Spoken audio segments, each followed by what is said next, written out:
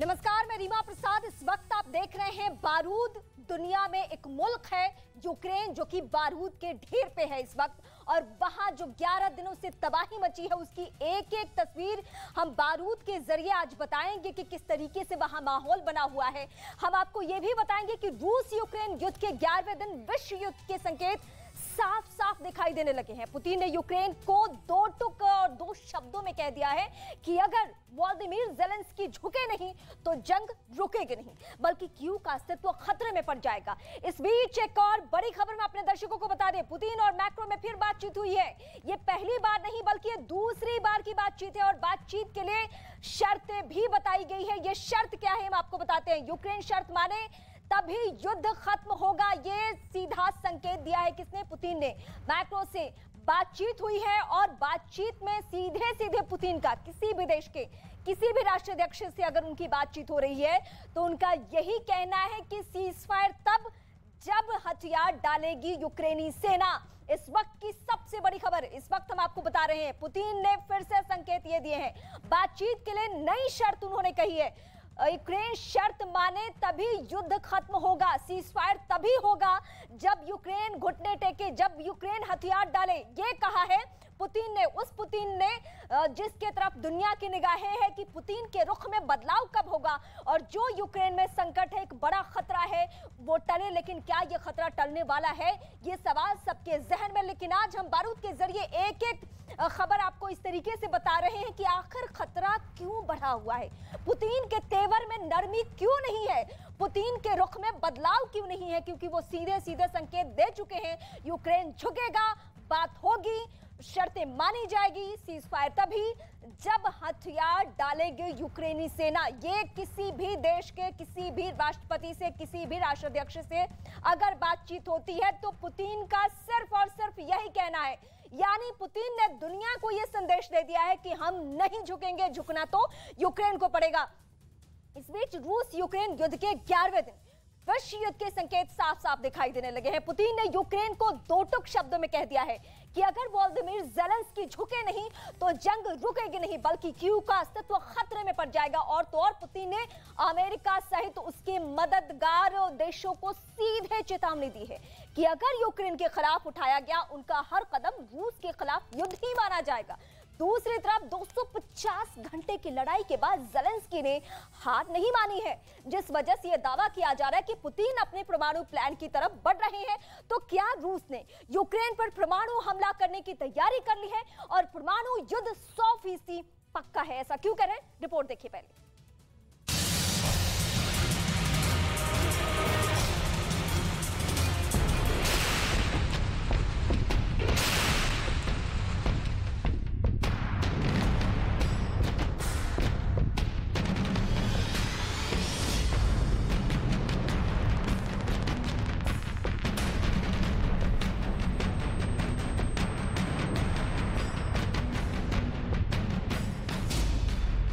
Ukraine में तबाही का 11वां दिन।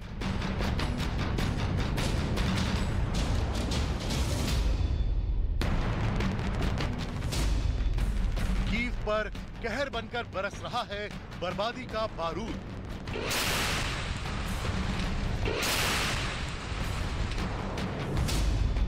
परमाणु जंग की कगार पर दुनिया।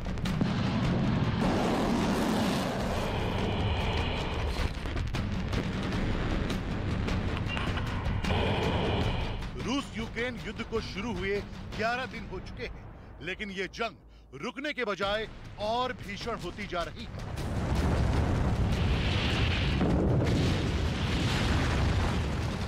रूसी सेना लगातार यूक्रेन के अहम शहरों को निशाना बनाकर उन पर हमले कर रही है। मशीन गनों की तड़तड़ाहट, बमों के धमाके, टैंक की ताकत और रूस यूक्रेन महायुद्ध में मिसाइलों के जोर दिखाने के बाद क्या अब कीव के किले पर एटम बम का हमला होने वाला है? इसके पहले कि ये बताएं कि कीव पर परमाणु कहर क्यों टूटने वाला है, उससे पहले रूस के राष्ट्रपति व्लादिमीर पुतिन का ये बयान सुनिए। Если дальше они будут продолжать делать то, что они делают, я уже тоже об этом говорил, они ставят вообще под вопрос будущность украинской государственности. И если это произойдет, это будет целиком и полностью на их совести. व्लादिमीर पुतिन का यह बयान सिर्फ यूक्रेन के खिलाफ ही नहीं है, ये यूक्रेन के राष्ट्रपति वोलोदिमीर जेलेंस्की को सीधी धमकी है।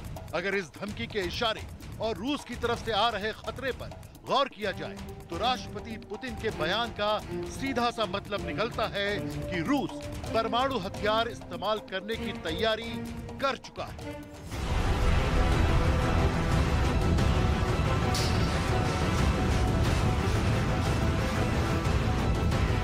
पुतिन की धमकी का सीधा मतलब है रूस ने अपने परमाणु हथियारों को एक्टिव कर दिया है। इंतजार है सिर्फ एक आदेश का, जिसके बाद न्यूक्लियर अटैक का ट्रिगर दबेगा और दुनिया में तीसरे विश्व युद्ध की शुरुआत हो जाएगी।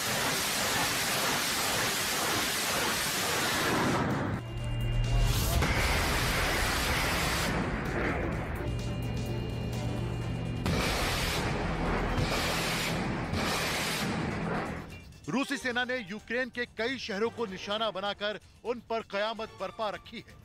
आलम यह है कि यूक्रेन पर रूसी हमले के बाद जिधर भी नजर दौड़ाइए उधर सिर्फ और सिर्फ तबाही और बर्बादी ही नजर आती है। पूरी दुनिया रूस के राष्ट्रपति व्लादिमीर पुतिन को यूक्रेन पर हमले बंद करने की अपील कर रही है, लेकिन फिलहाल राष्ट्रपति पुतिन किसी की भी नहीं सुन रहे हैं और यूक्रेन के मैदान जंग में तबाही का बारूद बदस्तूर बरस रहा है।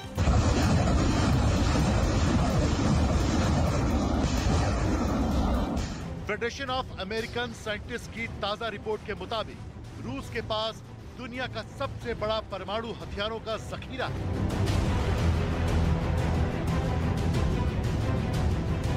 एफएस के एक अनुमान के मुताबिक रूस के पास 5,977 परमाणु हथियार हैं, जिसमें से 1,458 परमाणु हथियारों की सैन्य तैनाती कर रखी है।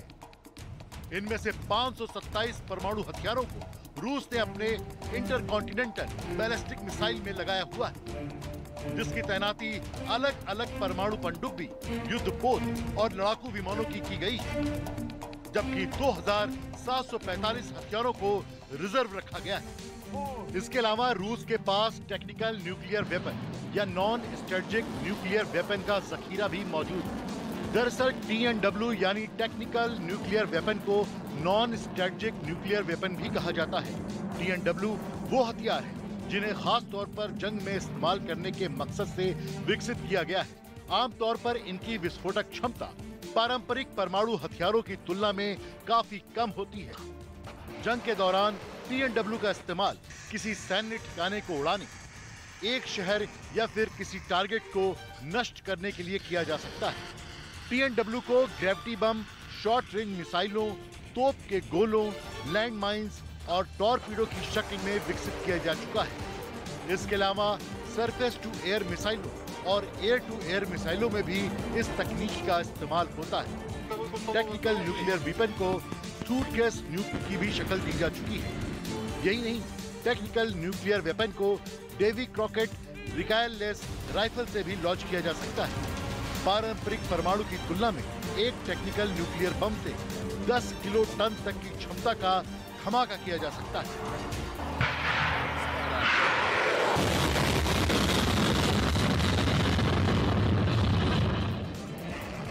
यानी रूस के परमाणु जखीरे में हर वो विनाशकारी हथियार है जिनका इस्तेमाल कर रूस दुनिया के नक्शे से यूक्रेन का नामो निशान तक मिटा सकता है, या फिर यूक्रेन के अहम शहरों पर टैक्टिकल न्यूक्लियर बल का इस्तेमाल कर सकता है।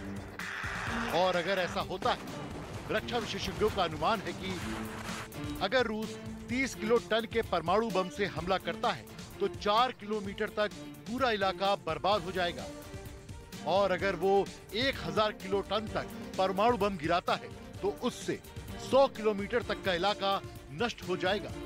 यह तबाही जापान के हिरोशिमा और नागासाकी से भी बड़ी होगी, क्योंकि हिरोशिमा पर 15 किलो टन और नागासाकी पर 20 किलो टन के परमाणु बम से हमला किया गया था।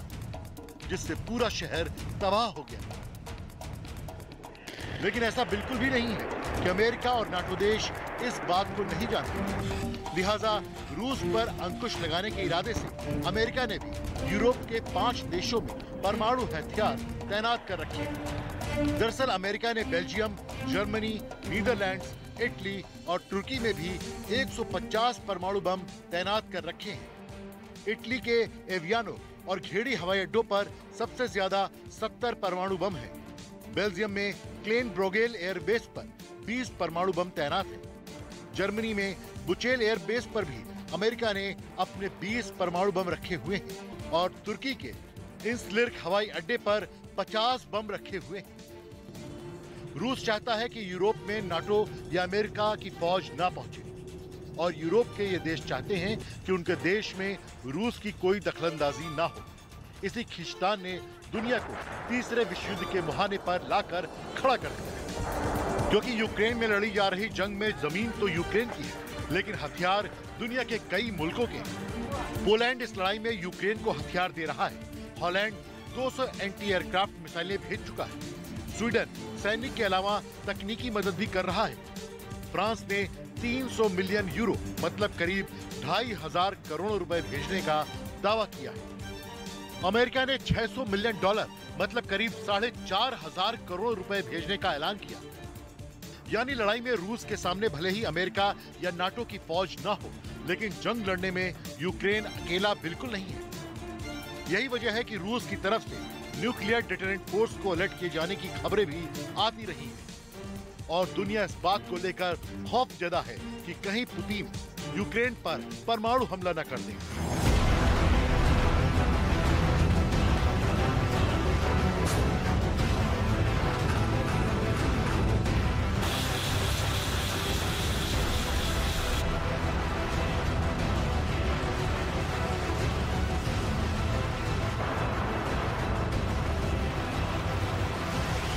यूक्रेन पर हमला करने के कुछ ही दिन के बाद रूस के राष्ट्रपति व्लादिमीर पुतिन ने यह दावा किया था कि यूक्रेन के पास अभी भी सोवियत संघ वाली परमाणु तकनीक मौजूद है, जिसका इस्तेमाल करके यूक्रेन परमाणु हथियार बनाना चाहता है। यही नहीं, 27 फरवरी को राष्ट्रपति पुतिन ने रूस की न्यूक्लियर डिटरेंट फोर्स को अलर्ट पर रहने का फरमान सुना चुके हैं। न्यूक्लियर डिटरेंट फोर्स वो होती है जो परमाणु हमले के दौरान सक्रिय रहती है। राष्ट्रपति पुतिन के आदेश का सीधा सा मतलब निकलता है कि रूस परमाणु हथियार इस्तेमाल करने की तैयारी कर चुका है। Высшие должностные лица ведущих стран НАТО допускают и агрессивные высказывания в адрес нашей страны. Поэтому приказываю министру обороны и начальнику генерального штаба перевести силы сдерживания российской армии. अंतर्राष्ट्रीय स्तर पर प्रतिबंध और बातचीत के जरिए रूस पर दबाव बनाने की हर मुमकिन कोशिश की जा रही है ताकि वो यूक्रेन के खिलाफ फौरन अपनी सैन्य कार्रवाई रोक दे। लेकिन अभी तक रूस के हमले बंद नहीं हुए हैं। फिलहाल इस जंग का खामियाजा यूक्रेन के बेगुनाह नागरिकों को उठाना पड़ रहा है। कुल मिलाकर बात यह है कि यूक्रेन को नाटो की सदस्यता दिलाने पर छिड़ा विवाद इतना बड़ा हो चुका है कि तीसरा विश्व युद्ध अब बहुत करीब दिखने लगा है। और इस वक्त बड़ी खबर, रूस का यूक्रेन पर मिसाइल हमला। रूस ने एक शहर पर 8 मिसाइलें दागी हैं। यूक्रेन की मीडिया का यह बहुत बड़ा दावा है, जहां मिसाइलें दागी जा रही है और ये एक बार नहीं हुआ है, बल्कि बार बार रूस की तरफ से यही कदम उठाए जा रहे हैं। इस वक्त की बड़ी तस्वीर, बड़ी जानकारी हम आपको ये दे रहे हैं कि रूस का हमला पहले की तुलना में ज्यादा रुख उसका हमलावर हो चुका है और एक के बाद एक वो मिसाइलें दाग रहा है। ये एक एक करके तस्वीरें इस वक्त आपकी टीवी स्क्रीन पर है, जो बीते 11 दिन के युद्ध की स्थिति बताने के लिए काफी है कि कितना अग्रेसिव हो चुका है वो रूस, जो कि सीधे सीधे उसके राष्ट्राध्यक्ष, उसके राष्ट्रपति ये कहते हैं कि अगर घुटने नहीं टेकेगा, अगर हथियार नहीं डालेगा यूक्रेन, तो ये गोले बारूद, ये मिसाइलें इसी तरीके से दागी जाएंगी, सीजफायर नहीं होगा। ये कहा है पुतिन ने।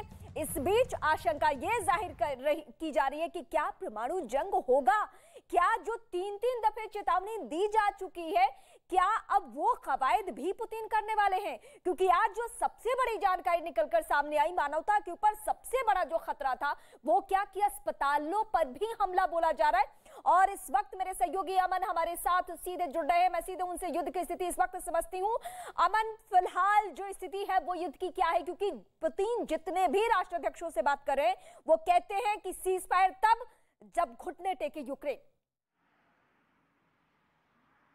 देखिए, लगातार हो ये रहा है कि हमले तो हो रहे हैं।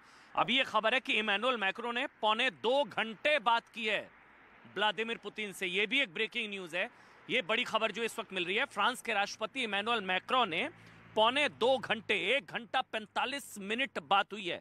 एक ये, दूसरा तुर्की के राष्ट्रपति एर्दोगान ने भी बात की पुतिन से। तीसरा, इजराइल की तरफ से प्रधानमंत्री बेंजामिन नेतन्याहू, इजराइल ने बात की है यूक्रेन से। चौथा, हम आपको बता ही चुके हैं कि जो अमेरिका में विदेश विभाग में जो है ब्लिंकन और यूएस सेक्रेटरी ऑफ स्टेट, उनकी तरफ से भी बात की गई है अमेरिकी रक्षा मंत्री से। तो तमाम तरह की डेवलपमेंट्स ये निकल कर आ रही है इस बीच, जिसका अभी आपने जिक्र किया।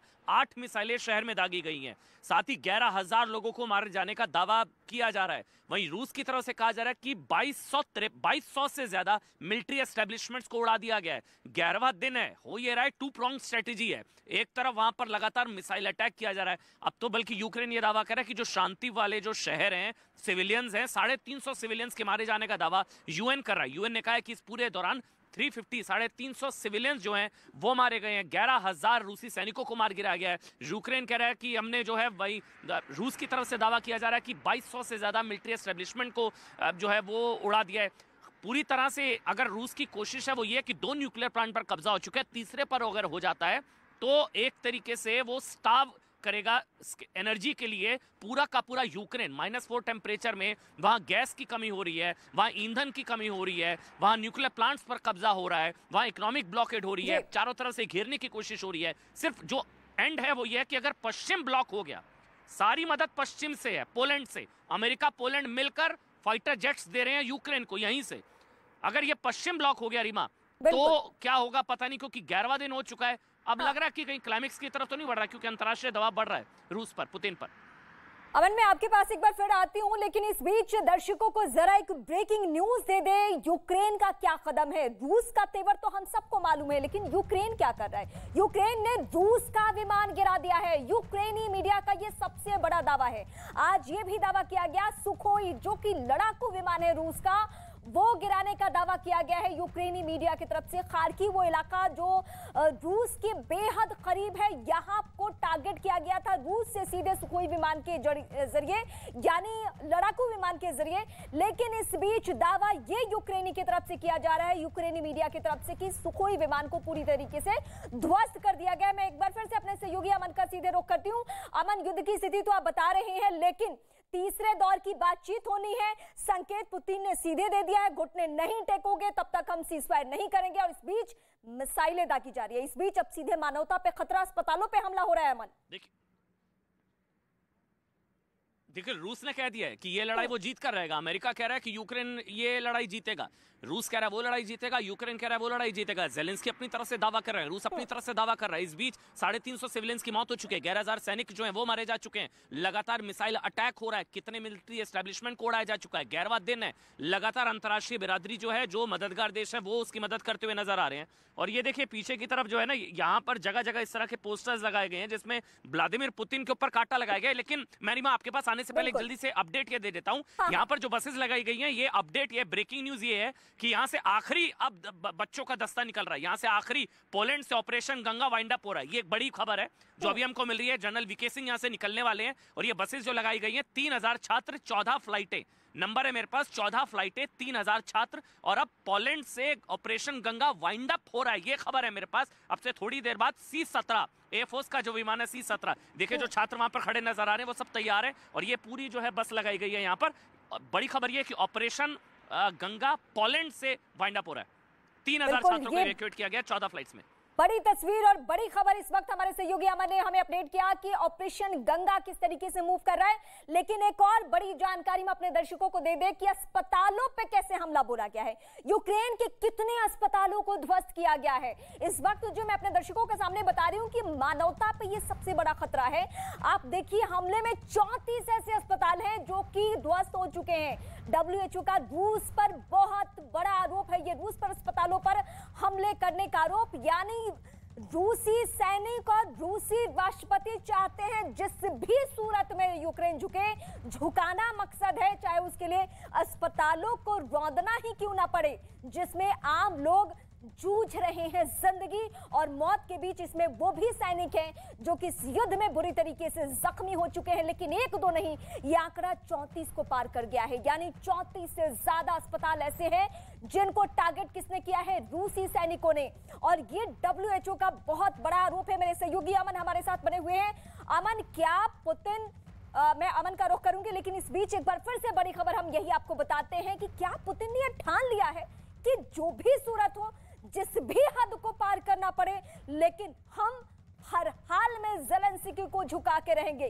क्या झुकाने भर के मकसद से एक पूरे मुल्क को, एक पूरे देश को मटिया मेट कर दिया जाएगा? क्या उसको जमींदोज कर दिया जाएगा? क्या उस पे इतने गोले बारूद बरसाए जाएंगे जिससे कि उसका अस्तित्व ही खत्म हो जाए? क्या ये चाहते हैं पुतिन?